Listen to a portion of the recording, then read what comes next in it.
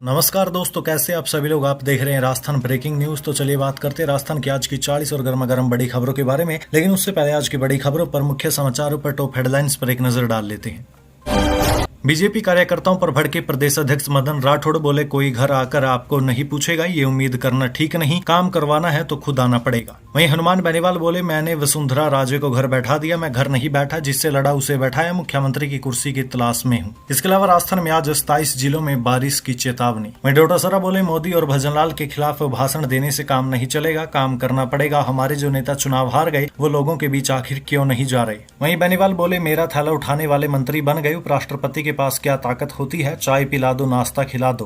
वहीं देवनानी बोले, गहलोत की घिसाई हो तब समझ आएगा संघ क्या है, आरएसएस को समझने के लिए उनको एक जन्म और लेना पड़ेगा, उन्हें अभी समझ नहीं। वहीं डॉक्टर किरोड़ीलाल मीणा से किसान बोले, बीज और खाद सब नकली मिल रहे, छापेमारी का समर्थन किया, मंत्री ने सड़क पर चौपाल लगाकर की सुनवाई। वहीं 1 जुलाई से पैन बनवाने के लिए आधार नंबर जरूरी, घर बैठे 10 मिनट में बनवाए ई पैन, यहाँ जाने पूरी प्रोसेस। वहीं जनगणना 2027 पहला फेज 1 अप्रैल 2026 से शुरू होगा, घरों की लिस्टिंग होगी, राज्यों को निर्देश 31 दिसंबर 2025 तक सीमांकन पूरा करें। वहीं राजस्थान से दिल्ली कूच करेगा जाट समाज, केंद्र में आरक्षण पर बेनीवाल बोले, अब आर पार की लड़ाई होगी। इसी के साथ ही विश्नोई महासभा के पूर्व प्रधान देवेंद्र बुढ़िया बलात्कार केस में गिरफ्तार 20 साल की लड़की से दुष्कर्म का है मामला। वहीं मदन राठौड़ का कांग्रेस पर हमला, कहा आपातकाल में खतरे में था लोकतंत्र, अब घड़ियाली आंसू बहा रहे। वहीं सरिस्का टाइगर रिजर्व को लेकर कांग्रेस ने बीजेपी पर साधा निशाना, जयराम रमेश बोले, विनाशकारी साबित होगा ये कदम।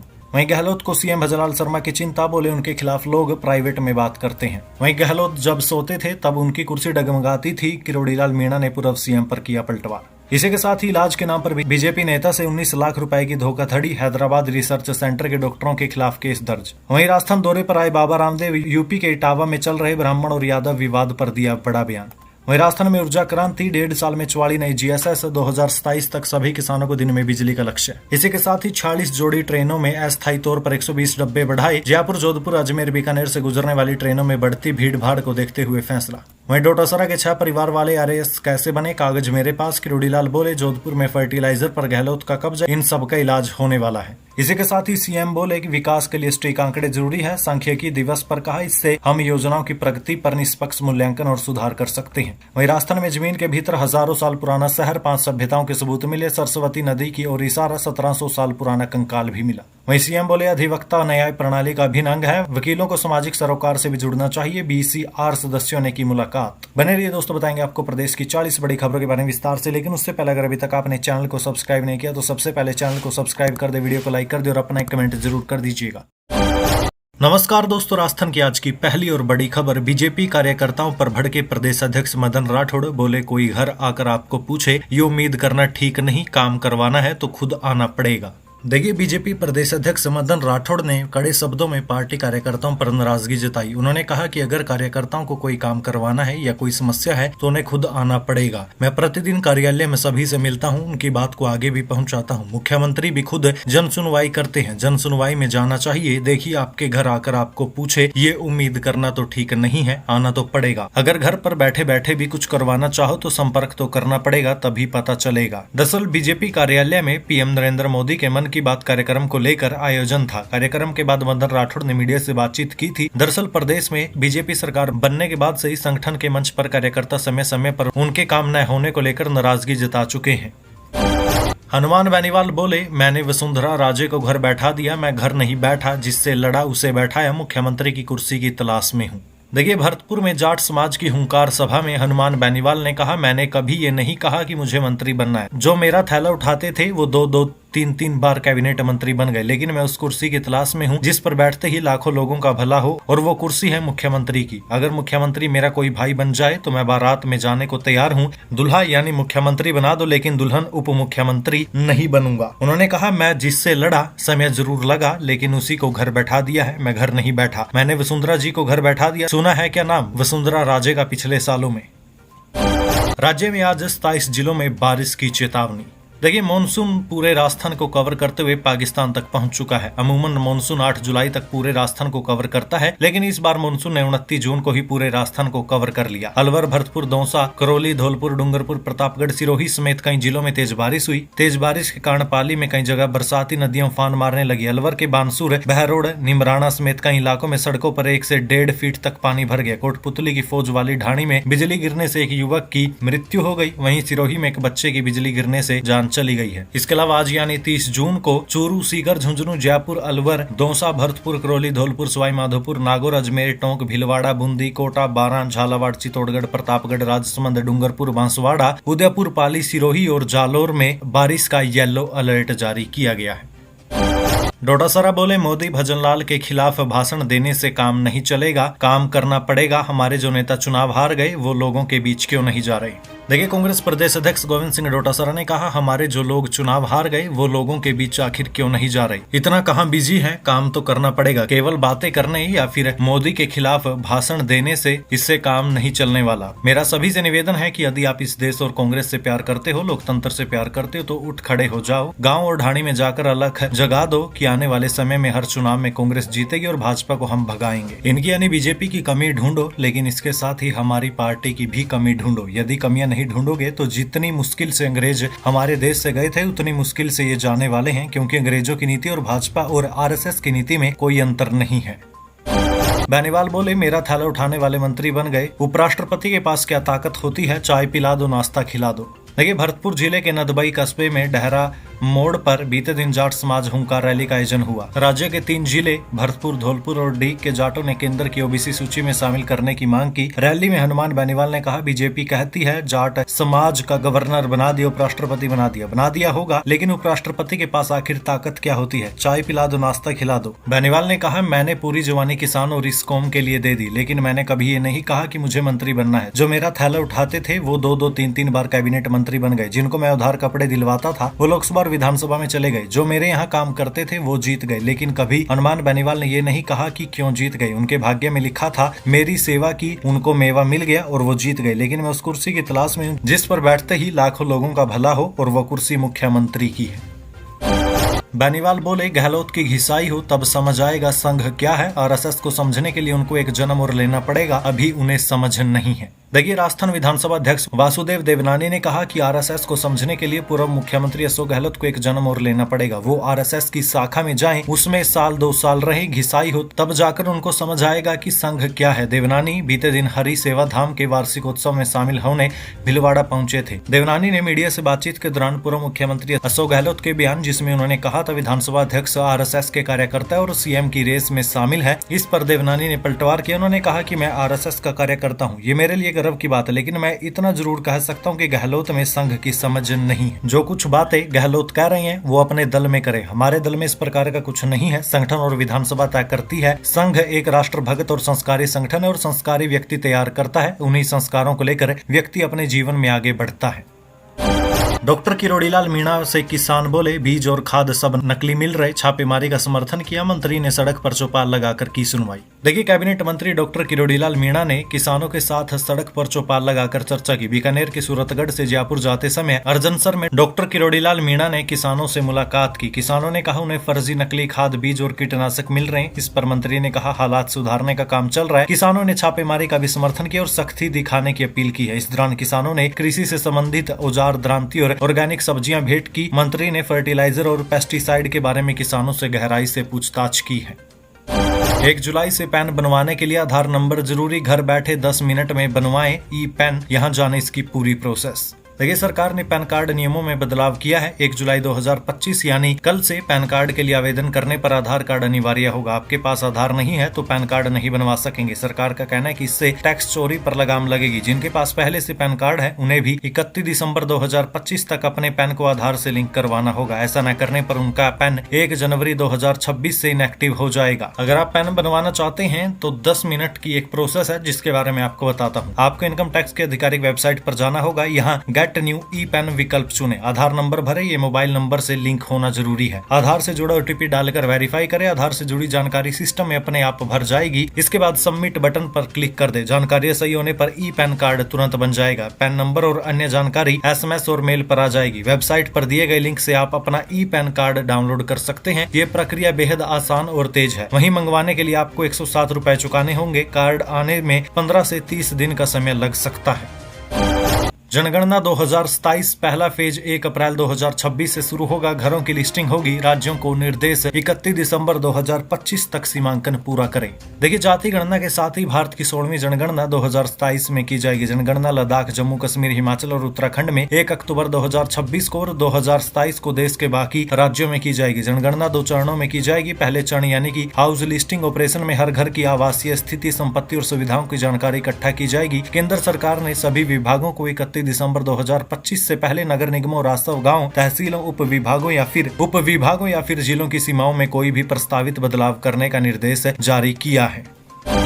राजस्थान से दिल्ली कूच करेगा जाट समाज। केंद्र में आरक्षण पर बेनीवाल बोले, अब आर पार की लड़ाई होगी। देखिए, आरक्षण की मांग को लेकर जाट समाज की जयपुर से आगरा नेशनल हाईवे स्थित डहरा मोड़ पर महापंचायत हुई, जिसमें भरतपुर, डीग और धौलपुर से बड़ी संख्या में जाट समाज के लोग पहुंचे। महापंचायत में नागौर सांसद हनुमान बेनीवाल, भरतपुर सांसद संजना जाटव और धौलपुर सांसद भजनलाल जाटव भी जाट समाज की हुंकार रैली में शामिल हुए। इस दौरान हनुमान बेनीवाल ने केंद्र सरकार से मांग की कि जाटों को केंद्र में ओबीसी वर्ग में आरक्षण देना चाहिए, जो कि इनका हक है। उन्होंने सरकार को चेताते हुए कहा कि अगर उनकी मांग नहीं मानी गई तो दिल्ली कूच किया जाएगा। अब आरक्षण के लिए आर पार की लड़ाई होगी। जाट भरतपुर की बजाय दिल्ली कूच करेंगे। दिल्ली में केंद्र सरकार से आरक्षण की बात करेंगे। अब ऐसा ही भर्ती रद्द करना, आरपीएससी का पुनर्गठन और छात्रों के हक में नीतियों के अलावा अन्य मुद्दे भरतपुर, धौलपुर और डीग जिले के जाटों को आरक्षण की मांग का भी होगा। सरकार इनकी मांग माने नहीं तो बड़ी संख्या में युवाओं के साथ दिल्ली कूच कर प्रधानमंत्री आवास का घेराव किया जाएगा। बिश्नोई महासभा के पूर्व प्रधान देवेंद्र बुढ़िया बलात्कार केस में गिरफ्तार। 20 साल की लड़की से दुष्कर्म का है मामला। देखिए, अखिल भारतीय बिश्नोई सभा के पूर्व प्रधान देवेंद्र बुढ़िया बलात्कार केस में गिरफ्तार हो गए। बीते दिन हरियाणा पुलिस की क्राइम ब्रांच की टीम ने जोधपुर से देवेंद्र बुढ़िया को गिरफ्तार किया है। बुढ़िया पर 24 जनवरी 2025 को हिसार के आदमपुर थाने में 20 वर्षीय लड़की ने बलात्कार का केस उन पर दर्ज करवाया था। हरियाणा पुलिस द्वारा गिरफ्तारी के खबरों के बीच बिश्नोई महासभा के पूर्व प्रधान देवेंद्र बुढ़िया ने फेसबुक पर जांच में सहयोग करने के लिए पुलिस के सामने उपस्थित होने की बात कही है। मदन राठौड़ का कांग्रेस पर पलटवार, कहा आपातकाल में खतरे में था लोकतंत्र, अब घड़ियाली आंसू बहा रहे हैं। राजस्थान भाजपा के प्रदेशाध्यक्ष मदन राठौड़ ने कांग्रेस और पश्चिम बंगाल की टीएमसी सरकार पर जमकर निशाना साधा। उन्होंने आपातकाल को याद करते हुए कांग्रेस पर लोकतंत्र को खतरे में डालने का आरोप लगाया और कोलकाता में हुई दुष्कर्म की घटना को लेकर ममता बनर्जी से इस्तीफे की मांग की। भाजपा कार्यालय में पत्रकारों से बातचीत में राठौड़ ने कई मुद्दों पर खुलकर अपनी बात रखी। मदन राठौड़ ने कहा, कांग्रेस आज लोकतंत्र और संविधान बचाने की बात करती है, लेकिन असल में आपातकाल के दौरान वही लोकतंत्र खतरे में था। उस समय लोगों के मौलिक अधिकार छीन गए, बोलने की आजादी पर पाबंदी लगी और मीडिया पर सख्ती बरती गई। उन्होंने कांग्रेस की संविधान बचाओ यात्रा को नाटक बताया। राठौड़ ने कहा, हमारा संविधान और लोकतंत्र दुनिया के लिए मिसाल है, लेकिन जिन लोगों ने चुनी हुई सरकारों को बर्खास्त किया वे अब लोकतंत्र की दुहाई दे रही हैं। ये उनके घड़ियाली आंसू है। सरिस्का टाइगर रिजर्व को लेकर कांग्रेस ने बीजेपी पर साधा निशाना। जयराम रमेश बोले, विनाशकारी साबित होगा ये कदम। देखिए, अलवर के सरिस्का टाइगर रिजर्व के सीटीएच क्षेत्र को लेकर मामला अब गर्मा रहा है। कांग्रेस ने इसका विरोध शुरू कर दिया क्योंकि उनका मानना है कि 50 से अधिक खनन गतिविधियों को फिर से शुरू करने और सरिस्का टाइगर रिजर्व की सीमाओं को फिर से निर्धारित करने से बाघों के आवास में खलल पड़ेगा। इसके विरोध में केंद्र और राजस्थान सरकार पर निशाना साधते हुए कहा गया कि ये कदम पारिस्थितिक रूप से विनाशकारी होगा। गहलोत को सीएम भजनलाल शर्मा की चिंता, बोले उनके खिलाफ लोग प्राइवेट में बात करते हैं। देखिए, पूर्व मुख्यमंत्री अशोक गहलोत ने मीडिया से बातचीत में सीएम भजनलाल शर्मा को जोधपुर का निमंत्रण दिया। उन्होंने कहा कि सीएम खुद जोधपुर आए और जोधपुर के रुके हुए प्रोजेक्ट का उद्घाटन करें। इतने शानदार प्रोजेक्ट जोधपुर में बने हुए हैं, लाइब्रेरी, कॉलेज समेत कई बिल्डिंग है जो हमने शानदार बनाई है। गहलोत ने कहा, इन प्रोजेक्ट में थोड़ी बहुत अड़चन आ रही है, मैं चाहूंगा कि मुख्यमंत्री इन अड़चनों को दूर करते हुए इन प्रोजेक्ट को पूरा करवाए। इतना शानदार जोधपुर में कार्य हुआ है। गहलोत बोले कि जोधपुर के कई ऐसे प्रोजेक्ट जो अटका रखे हैं, सरकार बदनाम हो रही है। 100 करोड़ लगने के बावजूद भी इंस्टीट्यूट शुरू नहीं हो रहे। 1000 से ज्यादा स्पोर्टमैन वहां पर रह पाएंगे और 500 का हॉस्टल बन चुका है। जब मैं वहां गया देखा तो बड़ी शर्म आई कि बच्चे ऐसी हालत में रह रहे हैं। हमने नई हॉस्टल बना दी, लेकिन कुछ अड़चनों के कारण वो शुरू नहीं हो पाई। सरकार उन्हें शुरू करे, सरकार का ही पैसा खर्च हुआ है। पूर्व मुख्यमंत्री ने कांग्रेस संगठन के बारे में कहा कि हमारे मंडल अध्यक्ष बन चुके हैं, संगठन का काम पूरे राजस्थान में तेजी से चल रहा है, मजबूती से कार्यकर्ता आगे बढ़ रही है, देश को कांग्रेस की जरूरत है। उन्होंने एक बार फिर से सीएम भजनलाल शर्मा के खिलाफ साजिश की बात को दोहराया और कहा कि जो स्थितियां बन गई है वस्तु स्थिति परिस्थितियों से रूबरू करवा रहा हूं। गहलोत बोले कि बीजेपी और आरएसएस के लोग प्राइवेटली इस सरकार में काम नहीं होने की बात कहते हैं और भ्रष्टाचार के आरोप लगाते हैं। गहलोत जब सोते थे तो उनकी कुर्सी डगमगाती थी, किरोड़ीलाल मीणा ने पूर्व सीएम पर किया पलटवार। देखिए, प्रदेश सरकार के कृषि मंत्री डॉक्टर किरोड़ीलाल मीणा ने चूरू के सरदार शहर में पत्रकारों से बातचीत करते हुए कहा कि हमारी डबल इंजन की सरकार हर काम में शुचिता चाहती है। मोदी जी की भ्रष्टाचार पर जीरो टॉलरेंस की नीति है, जो नकली खाद, घटिया बीज और नकली दवाई किसानों को बेच रही है। उनके खिलाफ केंद्रीय मंत्री शिवराज सिंह चौहान को फोन किया था और पत्र भी लिखा था। हम सख्त कानून लाएंगे जिससे मिलावटखोरों का पुख्ता इलाज हो सके, जिससे किसानों को परेशान न होना पड़े। हाल ही में पूर्व मुख्यमंत्री अशोक गहलोत के बयान मुख्यमंत्री भजनलाल शर्मा की कुर्सी खतरे में है। उनके इस बयान पर पूछे गए सवाल पर मंत्री किरोड़ीलाल मीणा ने कहा कि अब उनको पता नहीं कहां से सपना आ गया। पिछली बार जब वे सोते थे तो उनकी कुर्सी डगमगाती थी, तब उनको सपने आते थे। शायद उनको पुराना सपना याद आ गया होगा। इलाज के नाम पर बीजेपी नेता से 19 लाख रुपए की धोखाधड़ी, हैदराबाद रिसर्च सेंटर के डॉक्टरों के खिलाफ केस दर्ज। देखिए, राज्य में बीजेपी नेता के नाम पर धोखाधड़ी का मामला सामने है। इस मामले में हैदराबाद रिसर्च सेंटर के डॉक्टरों पर केस दर्ज हुआ। अजमेर नगर परिषद के पूर्व सभापति सुरेंद्र सिंह शेखावत से इलाज के नाम पर 19 लाख रुपए की ठगी हुई है। पीड़ित ने हैदराबाद स्थित एक रिसर्च सेंटर के डॉक्टर और उनकी टीम के खिलाफ अलवर गेट थाने में आपराधिक षड्यंत्र, धोखाधड़ी और जान को खतरे में डालने का केस करवाया। रिपोर्ट के मुताबिक हैदराबाद की रिसर्च संस्था के सीईओ डॉक्टर और उनकी टीम ने विदेशी चिकित्सा पद्धति से इलाज का भरोसा दिलाया था। इसके बाद पीड़ित को झांसे में लिया और उससे मोटी रकम ऐंठ ली। राजस्थान दौरे पर आए बाबा रामदेव यूपी के इटावा में चल रहे ब्राह्मण और यादव विवाद पर दिया बड़ा बयान। देखिए, कोटकासी क्षेत्र के लाडपुर गांव में बाबा सोमनाथ आश्रम में बीते दिन बाबा सोमनाथ महाराज की 25वीं पुण्यतिथि मनाई गई। इस दौरान 108 कुंडिया रुद्र गुरु गोरखनाथ महायज्ञ किया गया, जिसमें 108 विवाहित जोड़ों ने एक साथ आहुति दी। महायज्ञ में करीब 1100 श्रद्धालु शामिल हुए। कार्यक्रम में योग गुरु बाबा रामदेव और तिजारा विधायक महंत बाबा बालकनाथ भी शामिल हुए और यज्ञ में पूर्णाहुति दी। वहीं कार्यक्रम के दौरान ही इटावा में यादव समाज के एक व्यक्ति द्वारा भगवत गीता की कथा कहने पर उसकी चोटी काटने की घटना का जिक्र करते हुए बाबा रामदेव ने कहा कि सनातन धर्म को एक बताने वाले लोग उल्टे कार्य कर रहे हैं। यदि यदुवंशी भगवान कृष्ण की कथा नहीं करेंगे तो कौन करेगा। उन्होंने सनातन धर्म की रक्षा और एकता पर जोर दिया।